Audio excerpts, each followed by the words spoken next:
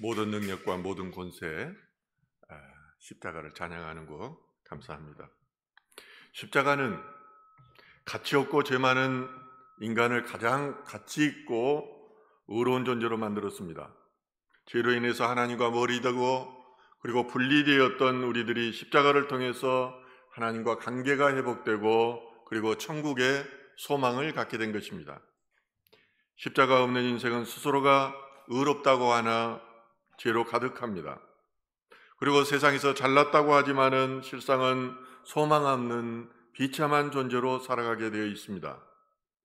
부와 그리고 지혜와 권력을 가졌던 솔로몬 왕이 인생의 후반전에 고백한 것은 헛되며 헛되고 헛되니 모든 것이 헛되다는 고백이었습니다.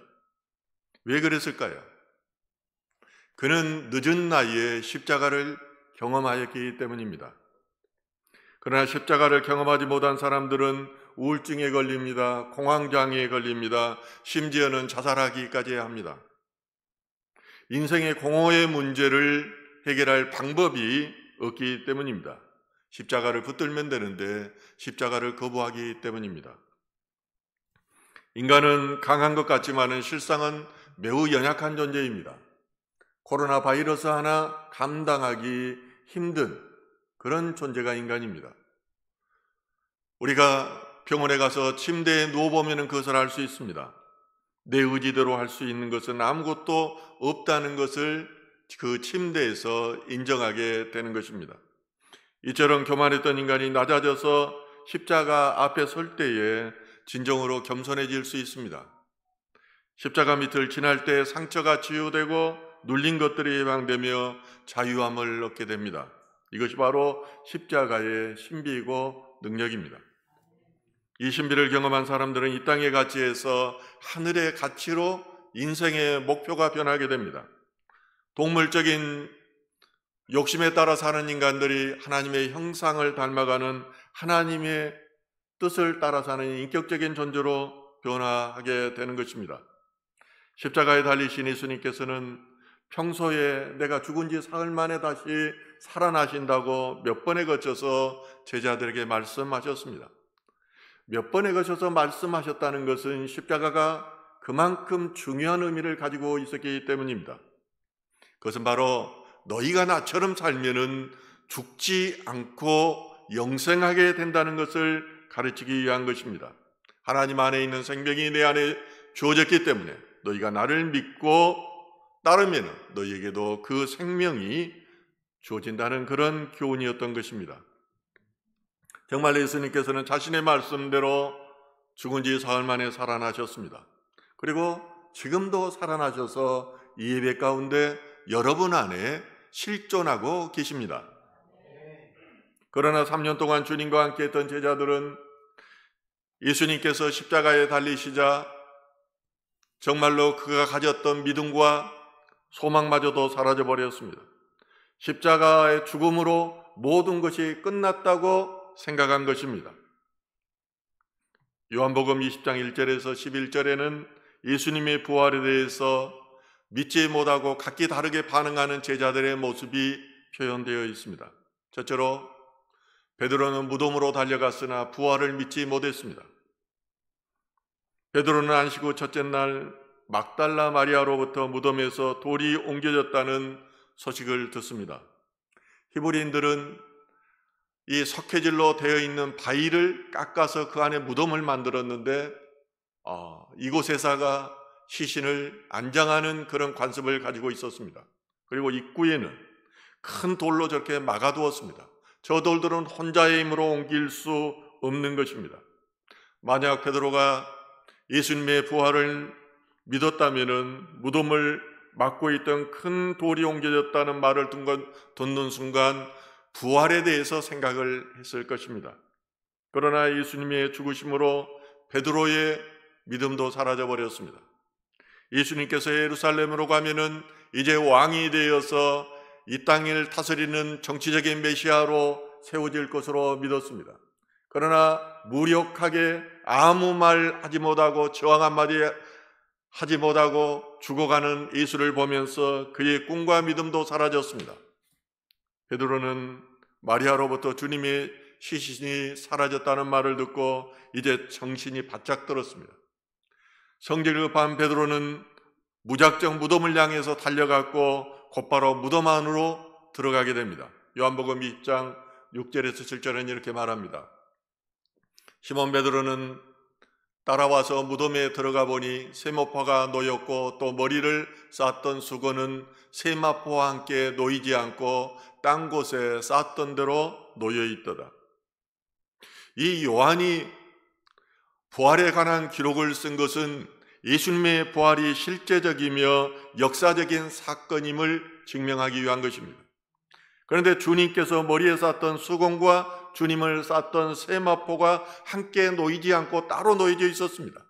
그것도 가지런히 개어서 썼던 그대로 놓여져 있다고 기록하고 있습니다. 만일 누군가가 시체를 훔쳐갔다면 세마포나 수건을 벗겨 넣어서 잘 종돈해 놓고 갈 가능성은 전혀 없다고 봐야 합니다. 이처럼 무덤 문이 열리고 수건과 세마포가 그대로 놓여 있는 등 예수님의 부활을 증명하는 구체적인 사실을 베드로는 보았습니다. 그러나 베드로의 믿음은 여기까지였습니다. 오늘 본문 9장과 10절은 이렇게 말합니다. 그들은 성경에 그가 죽은 자 가운데서 다시 살아나야 하리라 하신 말씀을 아직 알지 못하더라. 이에 두 제자가 자기들의 집으로 돌아가니라. 그렇습니다. 베드로가 어떤 사람입니까? 예수를 위해서 죽겠다고 말했던 사람입니다. 예수의 제자 중에서도 수제자였습니다. 그런데 그는 예수의 부활의 증거들을 보고도 그냥 아무 말 없이 집으로 돌아갔습니다. 베드로는 예수님께서 죽은 자들 가운데 다시 살아나야 하리라 하신 말씀을 아직까지도 알지 못하였던 것입니다. 생명과 부활해 주신 예수님에 대해서 아직까지도 깨닫지 못하는 베드로는 아직도 무덤의 신앙 가운데 있었습니다. 그가 부활하신 예수님의 증거를 보고도 이제 마가의 다락방으로 돌아갔습니다. 그리고 거기에서 부활 생명으로 다시 깨어나는 것이 아니라 이제 예수님의 핍박 가운데 다음에는 자신들에게 다가올 그 핍박 때문에, 공격 때문에 불안하고 염려하고 두려움 가운데 떨고 있었던 것입니다. 이처럼 우리의 신앙도 예수님과 같이 부활하지 못하면 그렇습니다. 지금도 살아계셔서 일하시는 예수님을 믿지 못하고 불안해하고 염려하고 두려움 가운데 떨게 되는 것입니다.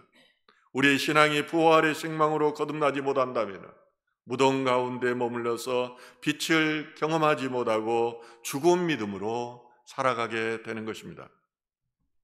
둘째로 사도 요한은 무덤 안에 들어가 보고 부활을 믿었습니다. 사도 요한은 오늘 본문에 보면은 그 다른 제자라고 표현합니다. 요한복음을 기술한 요한이 스스로를 그렇게 표현한 것입니다. 그는 예수님의 사랑하는 제자였으며 예수님의 이모인 살로메의 아들이었습니다. 예수님께서 십자가 사건을 말할 때에 그는 그것을 역설로 받아들였습니다. 그가 죽는다는 말은 왕된다는 말의 다른 표현이구나. 이제 예루살렘에 돌아가면 왕으로 지게 할 텐데 내 어머니를 시켜서 예수님께 그 왕 우편에 앉게 해달라고 청탁을 했던 장본인이기도 한 것입니다. 이런 요한이 막달라 마리아로부터 무덤에 관한 소식을 듣습니다. 그리고 나서 이제 베드로와 함께 무덤을 향해 달려갑니다. 오늘 본문 4절과 5절은 이렇게 말합니다. 둘이 같이 다름질 나더니 그 다른 제자가 베드로보다 더 빨리 달려가서 먼저 무덤에 이르러 구부려 세마포 놓인 것을 보았으나 들어가지는 아니하였더니. 그렇습니다. 베드로와 요한은 무덤을 향해서 달려갔지만은 젊은 요한이 먼저 무덤에 도착했습니다. 그러나 이 무덤이라는 것 자체 앞에서 그는 두려움을 가졌습니다. 그는 그 안으로 들어가지 못했습니다. 그러므로 밖에서만 그 안을 보았는데 밖에서 보니까 세마포만 보였던 것입니다. 이처럼 예수님의 부활은 무덤 안으로 들어가지 않고 밖에서만 보아서는 정확히 알 수 없습니다. 우리가 먼저 교회를 다녔어도 성경을 읽지 않고 기도를 하지 않는다면 도무지 십자가의 신비를 이해할 수가 없습니다. 우리가 기도하지 않고 말씀을 읽지 않는다면은 예수님의 죽음을 이해할 수가 없는 것입니다. 고린도전서 1장 18절에 이렇게 말합니다. 십자가의 도가 멸망하는 자들에게는 미련한 것이요 구원을 받는 우리에게는 하나님의 능력이라. 어떻게 말 한마디 없이 죽어가는 이 나약한 십자가, 이것이 어떻게 능력이 되느냐는 것입니다. 어떻게 이것이 구원이 되느냐는 것입니다.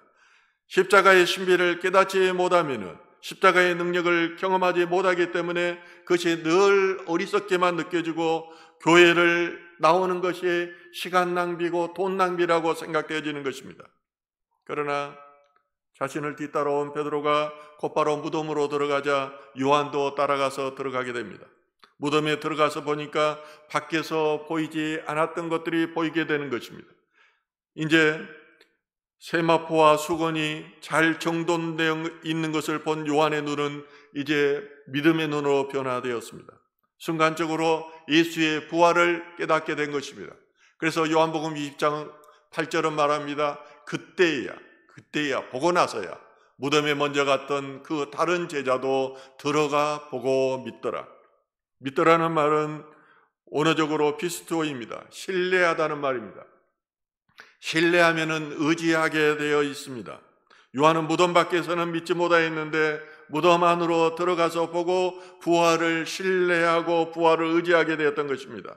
이처럼 성도님들 중에도 무덤 밖에서 말씀을 듣기만 하는 신앙생활을 하다가 이제 무덤 안으로 직접 들어가야 합니다. 이런 분들은 어린아이처럼 먹여주는 것을 먹는 데 그치지 않습니다. 이제 영적으로 성장하여서 자신이 이제 섬기고 봉사하고 이제 예수 그리스도의 몸인 교회의 성장을 위해서 헌신하는 성숙한 그리스도인으로 변하게 되는 것입니다. 그러나 예수님께서는 자신의 부활을 믿지 못하는 도마에게 나를 복으로 믿느냐고 말씀하십니다. 보지 못하고 믿는 자들은 복되다고 말씀하십니다. 믿는 것은 보지 않고 믿는 것입니다. 하나님은 영이시기 때문에 보이지 않습니다. 믿음 안에서만 보이고 믿음 안에서만 경험하게 되는 것입니다. 그러나 사람들은 보이는 것이 전부라고 생각합니다. 그러므로 이 믿음을 확신하지 못했던 출애굽한 이스라엘 백성들은 이제 금송아지를 만들어 놓고 이것이 바로 너희를 애굽 땅에서 인도해내신 하나님이라고 그렇게 숭배를 했던 것입니다. 그것이 바로 첫 번째 재앙이고 저주였던 것입니다. 셋째로 막달라 마리아는 부활하신 예수님을 보고서 믿었습니다. 막달라 마리아가 어떤 사람입니까? 막달라 지역에 살았던 여인입니다. 그녀는 살아생전에 7 귀신이 들렸고 예수 그리스도의 도움을 받아서 7 귀신이 쫓겨났던 여인입니다. 한마디로 그는 죽었던 사람이었지만은 영으로 다시 살아난 사람이고 예수님의 은혜를 입었던 사람입니다. 그러므로 마리아는 예수님을 배반할 수가 없었습니다. 그를 거부할 수가 없었습니다. 그래서 모의재판 때 현장에 있었던 사람이 마리아입니다. 그리고 빌라도에게 사형 선고를 하는 것을 그는 들었습니다. 예수님께서 군중들에게 구타를 당하고 모욕과 멸시를 당하는 현장, 그 현장에 마리아는 있었습니다. 또한 막달라 마리아는 예수님께서 십자가에 달리실 때 그 앞에 서 있었을 뿐만 아니라 예수님께서 무덤에 갇힌 후에도 그 무덤 앞을 지키며 울고 있었던 여인이기도 합니다. 왜입니까? 마리아는 은혜를 경험한 사람이기 때문입니다. 자신은 순전히 영적으로 죽었다가 살아난 경험이 있기 때문입니다. 무덤을 지키며 울고 있는 마리아에게 흰옷을 입은 2 천사가 묻습니다. 어찌하여 우느냐? 그래야 마리아가 사람들이 내 주님을 옮겨다가 어디에 두었는지 알지 못하기 때문입니다. 이때까지도 마리아의 신앙은 예수의 부활을 믿지 못하는 상태였습니다. 그러므로 이 말을 하고 뒤를 돌아봤을 때 예수께서 서 계신 것을 보았으나 그분이 예수님인 것을 알지 못했습니다. 우리가 신앙생활을 할 때 영의 눈이 열리면 주님을 보고도, 영의 눈이 열리지 않으면 주님을 보고도 알아보지를 못합니다. 영의 귀가 열리지 않으면 주님의 음성을 듣고도 알아보지 못하는 것입니다. 저도 한때 억울한 일을 당하고 울음으로 하나님께 기도하고 있을 때, 탄원하고 있을 때 그런 음성이 들렸습니다. 네가 나보다 더 억울하니? 네가 나보다 더 억울하니? 이 말을 듣는 순간에 저는 십자가가 생각났습니다. 아, 그래, 나는 내 죄 때문에 그러지만은 주님께서는 아무런 죄가 없으신데 주님보다 더 억울한 사람이 있을까? 그 순간에 저 안에 있는 억울함이 모두 사라져 버렸습니다. 저는 당시만 해도 그 음성이 내면의 음성으로 들렸습니다. 제 생각이 그 음성으로 들리는 줄 알았습니다. 그러나 많은 하나님 체험을 한 후에야 저는 그것이 주님의 음성이었던 것을 알았습니다. 울고 있는 저에게 주님께서 찾아오셔서 나보다 더 억울하니라고 말씀하셨던 것입니다. 주님을 보고도 알아듣지 못하는 마리아에게 예수님께서 이제 마리아라고 이름을 불러주십니다. 이 양들은 목자의 음성을 듣는 순간에 알아듣는 것입니다. 이 음성을 듣고서야 마리아는 그분이 주님이신 것을 알게 됩니다. 오늘 본문 18절 말합니다. 막달라 마리아가 가서 제자들에게 내가 주를 보았다 하고 또 주께서 자기에게 이렇게 말씀하셨다 이르니라. 사도 요한은 무덤에 들어가서 부활의 증거를 보았지만은 막달라 마리아는 부활하신 예수님을 직접 만났습니다. 이 간접 증거를 가진 것이 사도 요한이었다면은 마리아는 직접 증거를 가진 사람입니다. 사도 요한이 전문 증거 누구에게 듣고 그것을 알았다면은 마리아는 직접 보고 보았던 직접 증거를 가진 사람이었던 것입니다. 그래서 이제 다른 제자들에 가서 내가 주를 보았다고 증언하시는 것입니다. 메시아신 예수님을 만난 사마리아 여인이 어떻게 했습니까? 이제 그 기쁨을 누리지 못하고 마을로 달려가서 내가 메시아를 만났다고 전하는 것처럼 이제 막달라 마리아도 제자들에게 달려가서 내가 그 주님을 부활하신 주님을 만났다고 증언하고 있는 것입니다. 이처럼 예수님의 부활은 슬퍼하는 자들을 기쁨으로 바뀝니다. 낙담하는 자들을 희망으로 바꿔놓는 힘이 있는 것입니다. 이 기쁨을 소유한 자들은 벅찬 간격 때문에 이것을 전하지 않고는 견디지를 못하는 것입니다. 저희 목회도 그냥 어디 보고 듣고 해서 하는 목회가 아닙니다. 저는 주님을 만났고 주님을 수차례 음성을 두었고 주님을 경험했습니다. 그렇지 않다면 인간의 욕망을 가지고 있고 욕심을 가지고 있는 인간이 어떻게 남은 인생을 주님만 의지하고 주님을 전하는 삶을 살 수 있겠습니까? 보지 않고 믿는 믿음은 상황이 변하고 여건이 변하면 언제든지 변할 수 있습니다. 예수님을 만났다고 하는 이들도 상황이 변하면 언제든지 주님을 배반하는 것을 저는 수없이 보았습니다. 그러나 살아계신 예수님을 만났고 부활하신 예수님을 직접 경험한 막달라 마리아의 신앙은 죽음으로도 막을 수 없는 부활과 생명의 신앙이었습니다. 부활하신 예수님은 11자에게 12제자에게 나타나시고 500여 제자들에게 나타나십니다. 마지막에는 마가의 다락방에서 간절히 기도하고 있었던 120문도에게 직접 나타나셨습니다. 그리고 마지막에 또한 사도 바울에게도 나타나셨습니다.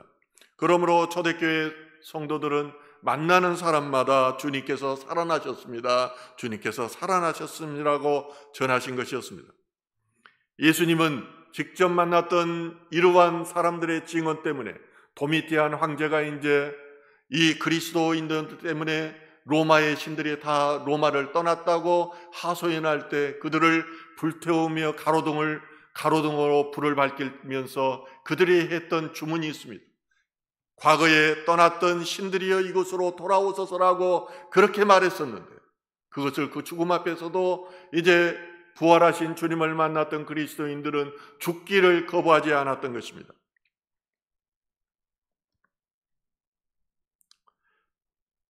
그렇지만 예수님의 부활을 직접 목격하지 못했던 제자들의 첫 반응은 어떤 것이었습니까? 오늘 같이 한번 읽을까요? 마가복음 16장 10절에서 11절 말씀입니다.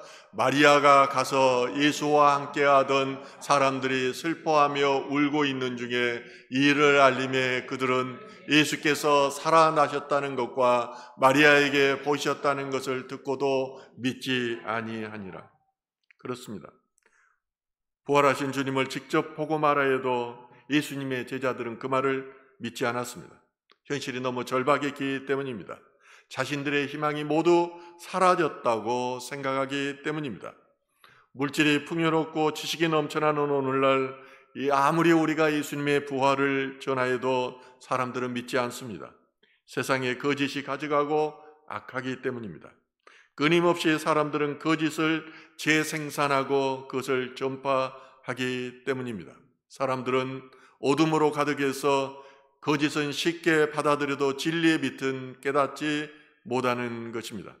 그래서 부활신앙을 경험하지 못한 사람들은 가짜 뉴스를 계속 재생산해냅니다. 이것을 전파하고 미움과 혐오를 재생산해 내고 있습니다. 그 안에 부활신앙이 없기 때문입니다. 오늘은 부활주일입니다. 주님께서 무덤에서 살아나셨으며 우리 안에 그분이 계십니다. 아멘. 네, 우리는 이 주님을 믿어야 됩니다. 제가 만약에 거짓말을 한다면 거짓말도 한두 번입니다.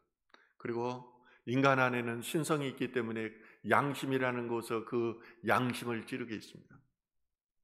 우리는 살아가면서 매일 주님을 만나고 주님을 경험합니다.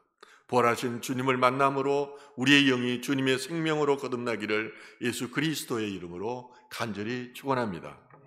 오늘 본문 말씀을